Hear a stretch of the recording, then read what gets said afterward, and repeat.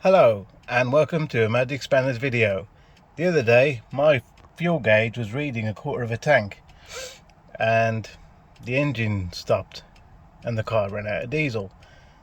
So I put 20 litres of diesel in, got the car filled back up again and I was on my way, but then when it got to a quarter again the same thing happened. So the fuel gauge sender unit is probably faulty and needs changing. So in this video we'll show you how to do it on a Mitsubishi Shogun. So Sonic, are you ready for this? He says yes. So let's get on and do it. We're in the back of the car now, and the first thing you're going to have to do is remove the seat and the partial carpet. Now there is a nice little tip here. The carpet is held down with Velcro and there's a screw here which will help us get this bit of the carpet up. Once you've got the plastic clips off, you'll get access to the 14mm bolts that are holding the seat in, and just clip these off basically nicely, easy like that. And you've got four 14mm bolts which are holding the seat in, so I'll do that now and get the seat out. So the seat's out now. There it is heavy. You need a pajero screwdriver to undo the vent just under the seat, and there's also another screw here. The rest of all this just clips out and then you can move the carpet. I did remove the stack pipe entrance to the fuel tank, but that's not the entrance we're after. We're after the entrance here. It's a secret. I've actually taken the other seat out because just to get the carpet up a bit easier. Same process as the driver's side rear seat. And there we go, there's the cover for the fuel sender unit. Just undo the 12mm bolts that surround it. I'm going to find something to prop this carpet up a bit more so I've got better access, and then we'll see what it's like when we get in there. There we go, tools have alternative uses. And there we go, after all that work we finally got to the fuel gauge sender unit, and there it is. So we're going to pull that out. Looks like 6mm bolts holding it in, and it's not been opened for a while, so hence it's sending false signals to the front of the car.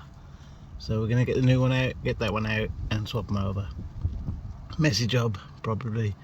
Yeah, diesel stinks. It's going to smell your car out for a while, but it's got to be done. So I've given it a bit of a clean in there, and I've sprayed it, the nuts, with WD-40. So while they're penetrating, I shall have a coffee and a fag. The nuts on this sender unit are 8mm, so you'll need an 8mm socket to remove it and swap it for the new one. I've got the new one here. Here's the new one that's going in.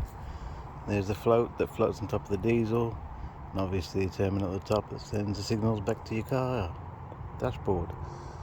So that's what we're going to replace it with when we get the new one out. So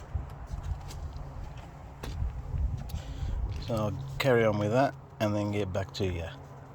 Terminal clip's undone, and I'll just put it behind this makeshift carpet holder upper just to get it out the way.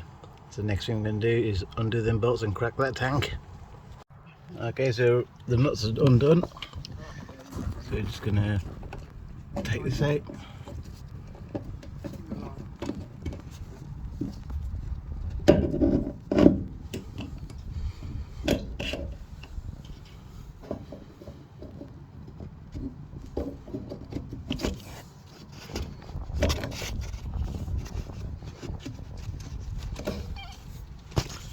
That's the old unit away. Let's get it on here.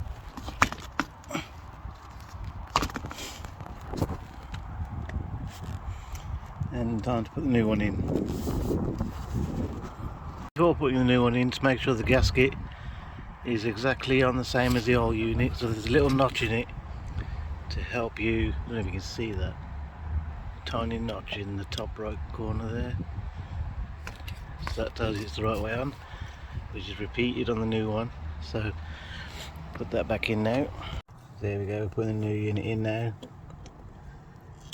There we go.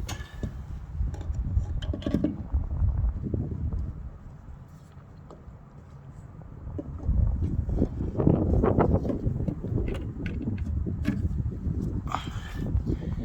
we're doing now is tighten up the 8mm bolts, plug it back in, and reverse everything we've done just to get here, and we're all done. Well, we'll check it as well just to make sure it's working. Let's tighten up these 8mm bolts now.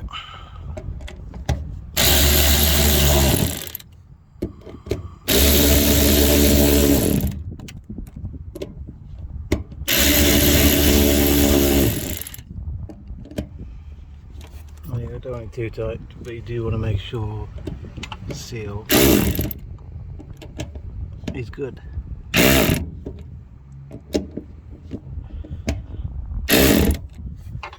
That's the plug on, so the final test before we put all this back together is to see if we're getting the results at the fuel gauge. So let's switch it on. And there we go.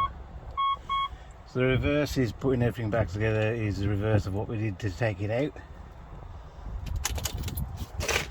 And do be careful because this chair weighs a ton. So get your work out just putting that back in and taking that out. So I'm going to put the cover back on with the 12mm bolts, put the carpet back down, put that cover back on afterwards, tuck the carpet back into the mouldings, put the steps back on, everything just clips on around here. There's a screw here and the screw for the vents that need to go back in, and obviously the seats go back in after that. And that's how you change the fuel gauge sender unit on the Mitsubishi Shogun. Ta-da!